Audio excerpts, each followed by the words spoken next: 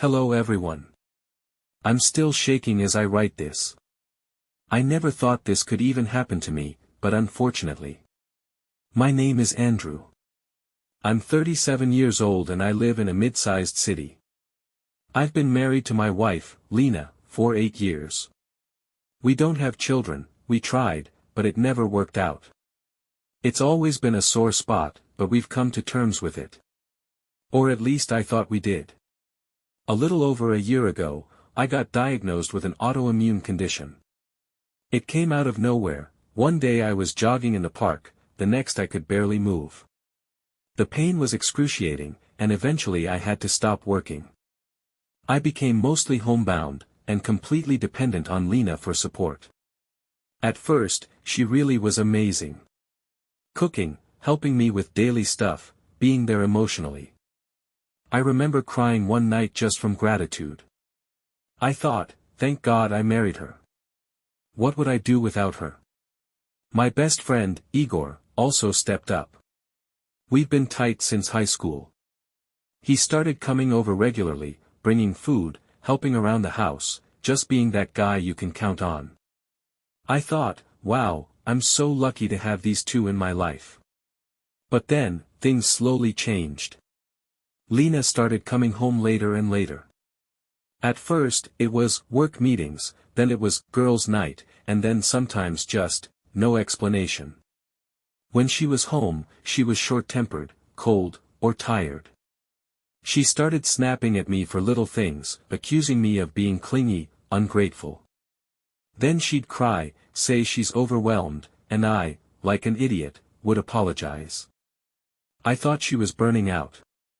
I thought, maybe I'm too much. Maybe this illness is destroying us both. But something else was off. Igor started acting weird too. A little too attentive to her. Sometimes I'd catch them whispering when they thought I was asleep or not in the room.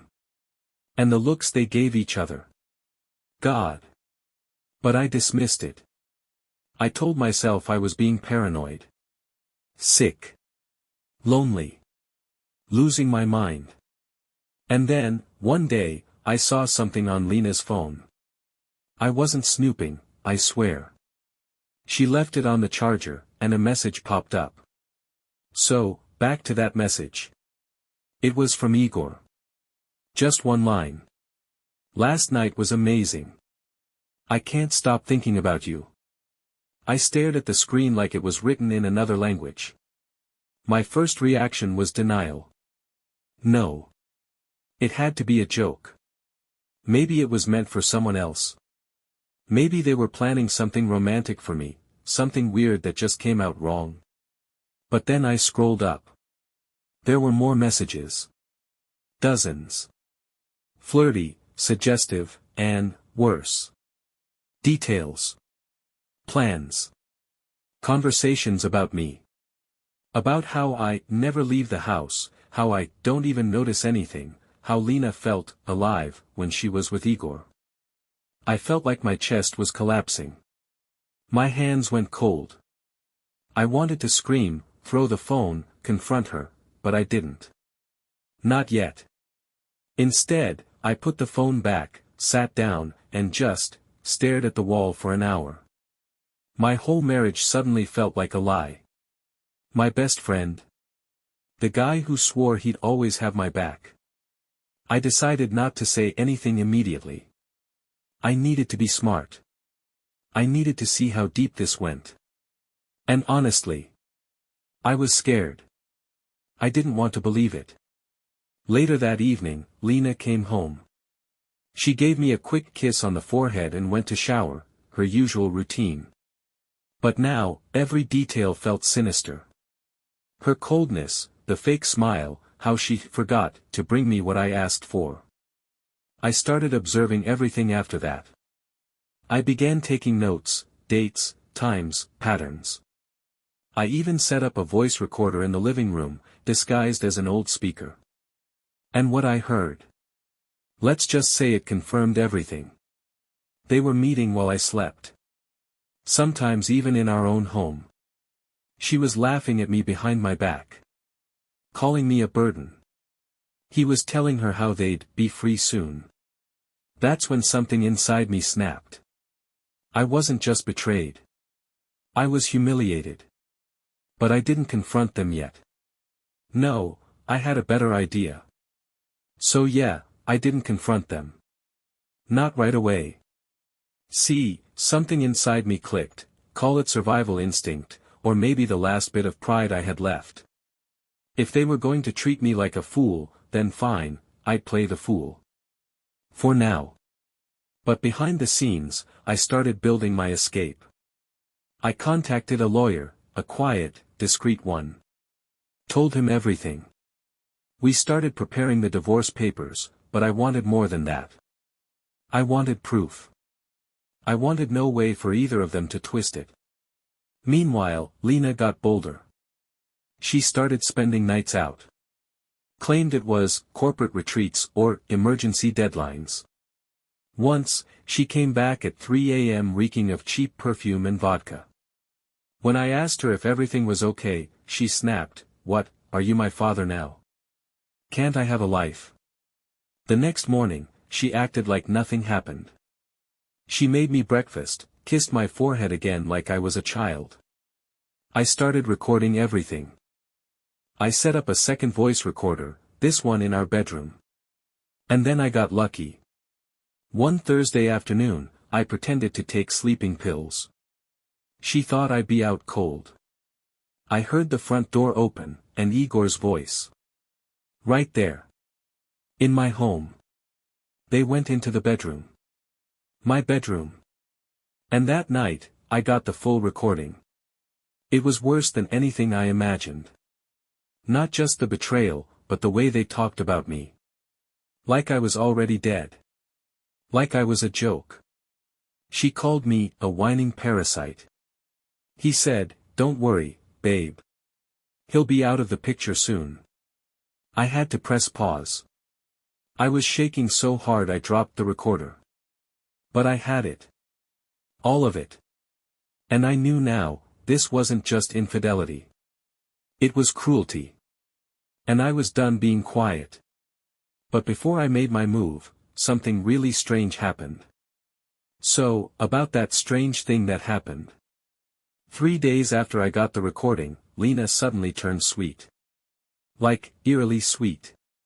She cooked my favorite meals, brought me tea without me asking, even suggested we go away together for a weekend, once I felt stronger. It was so out of character, it made my skin crawl. I kept thinking, why the sudden shift? Then it hit me, she was suspicious. Maybe she'd noticed the recorder.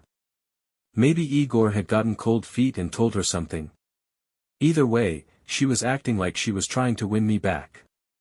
So I played along. I smiled. I told her she was amazing. I thanked her for being there through everything. I even told her I'd been thinking of rewriting my will, which, by the way, was a total lie, but I saw how her eyes lit up when I said it. That was all the confirmation I needed. Then came another twist I didn't expect. I got a call. From Igor's wife. Yup, turns out he was married too, something I'd known, of course, but hadn't thought about in all this. She'd been noticing strange behavior too, and guess what? She had her own suspicions. I met her secretly. I asked a cousin to drive me to a cafe so Lena wouldn't know. We compared notes. She had screenshots, emails, even hotel bookings. I shared my audio files. What we pieced together was disgusting, but it was gold. That same night, I got home and found Lena crying on the couch. Like, sobbing. She looked up at me and said, "Andrew. I think we need to talk. I haven't been honest with you." Oh really? I braced myself. This was it. She was going to confess. But nope. Not even close. She told me she'd met someone else online, that it was just emotional, and that she felt so guilty and confused. She said she didn't want to leave me, but needed space to figure things out. An emotional affair? Really? That's the lie she picked? I stared at her, heart pounding, and said, "Okay. I understand." And inside, I smiled. Because I knew exactly what I was going to do next. So there I was, sitting on the couch next to a sobbing liar, telling her I understood. Inside, I was ready to burn it all down. The very next day, I put the real plan in motion.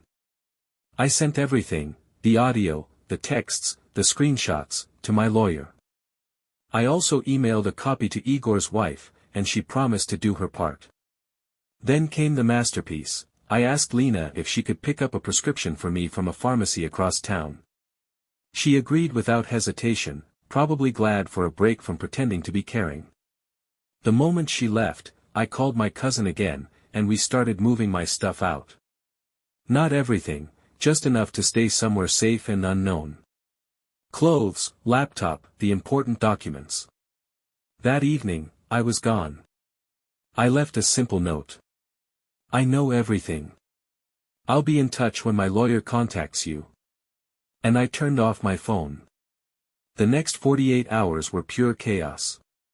My cousin kept me updated, said Lena came back, saw the empty space, and had a meltdown. First rage, then sobbing. Then came the barrage of voicemails and texts. At first it was all, "Please talk to me," and "I made a mistake." Then it turned into, "You're overreacting," and finally, "You'll regret this." She had no idea where I was. Then Igor's wife dropped her bomb. She served him with divorce papers and sent his boss the affair details, which mattered because he worked at a company with strict ethics rules. I don't know what was juicier, the fact that he got suspended from work, or the fact that he had to move out and stay with his parents at age 38.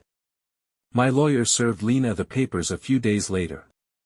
She finally managed to get through to me on email, sending a dramatic letter full of contradictions. "I never meant for this to happen, you pushed me away, I didn't know what I wanted, he meant nothing, and my favorite, it was just loneliness." Classic. But the best part? She still didn't know how much I had on her. And I was just getting started. So, after the initial chaos, things went oddly quiet. Lena stopped emailing me for a few days. No texts, no voicemails. I figured maybe she'd accepted it was over. But I underestimated her. Dramatically. One night, around 11 p.m., there was a knock at my cousin's apartment, where I'd been staying. We both froze. He checked the peephole. It was her. She was standing there in the hallway, barefoot, mascara running, holding some kind of folder. I refused to open the door. She knocked for 10 minutes straight, crying, pleading, saying she just wanted to talk. I didn't respond. She left the folder on the doormat and walked away. Inside was a handwritten letter. 10 pages long. It started off like some sappy romance novel, then quickly turned into a full-blown blame game. She claimed I abandoned her emotionally, said she never meant for it to go that far, and then, unbelievably, accused me of violating her privacy for checking her phone. But the kicker? She said she still loved me and thought we could rebuild. Right. Rebuild the home where she and Igor had sex while I was sick and asleep in the next room. I gave the letter to my lawyer. He told me not to respond. So I didn't. But Lena wasn't done. 2 days later, she showed up at my parents' house, yes, the same parents she never visited while we were married. She put on her best, grieving wife face and tried to play the victim. My mom, bless her soul, shut her down in 5 seconds flat. Then came the real surprise. My lawyer received a notice. Lena had hired her own lawyer, and was trying to dispute the divorce terms. Specifically, she wanted a share of the small savings account I'd managed to hold on to and half the apartment I bought with my own inheritance before we even got married.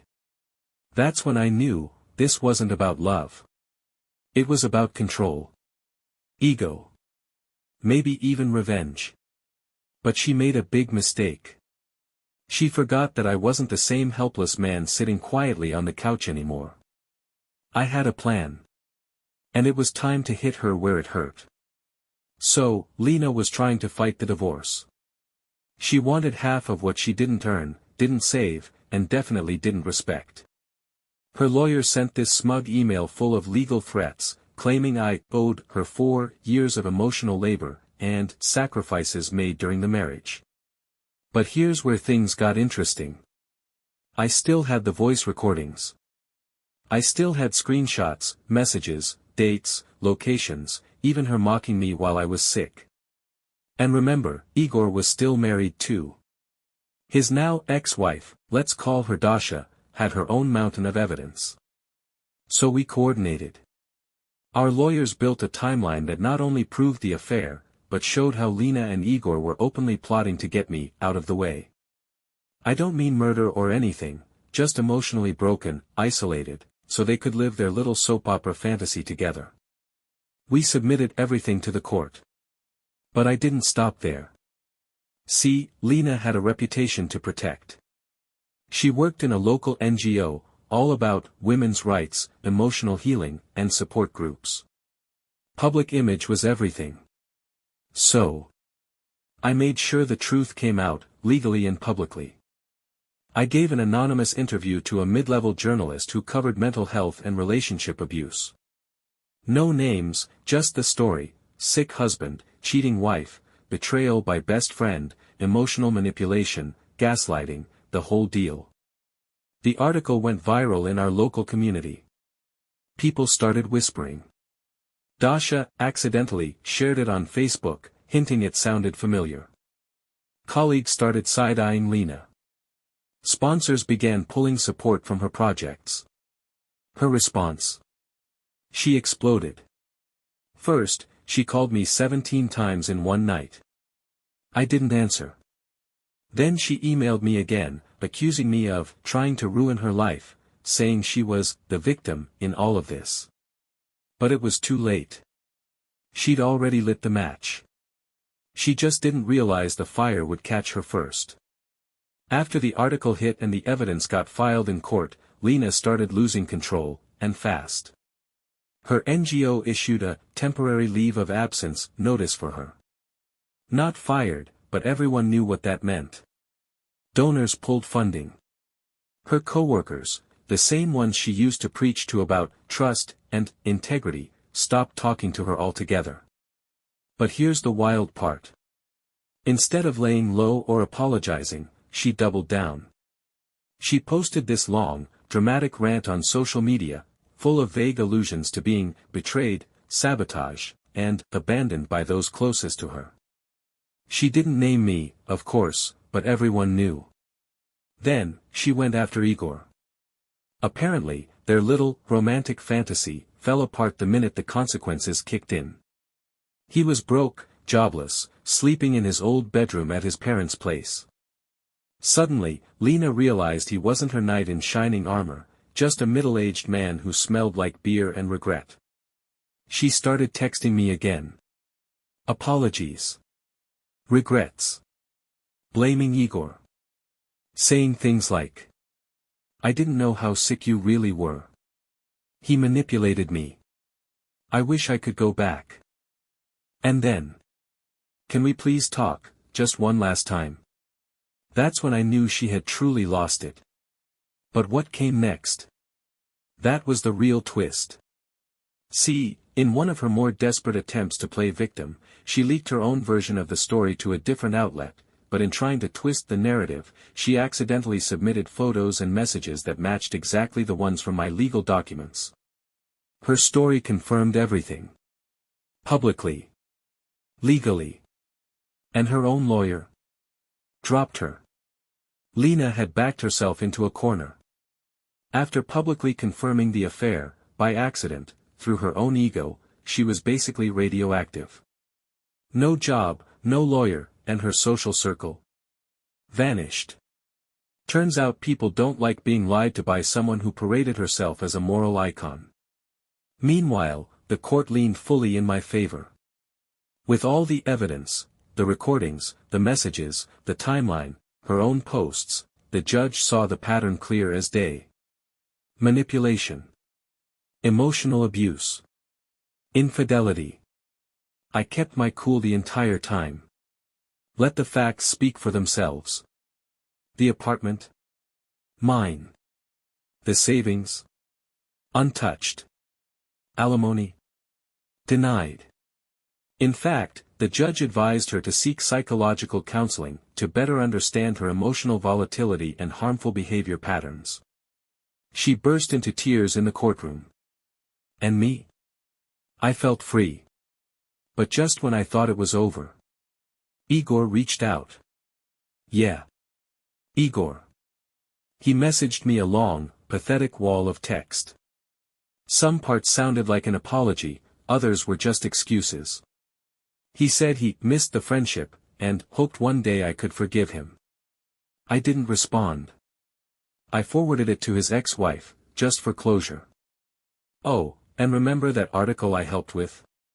It ended up being picked up by a larger media outlet that runs a podcast. They invited me to speak anonymously about betrayal and recovery. I agreed. Told my story. Not to shame, but to show people that even in the darkest moments, you can take back your life. And as I left the studio, I got a final text from Lena. You're not the man I thought you were. She's right. I'm not. I'm better.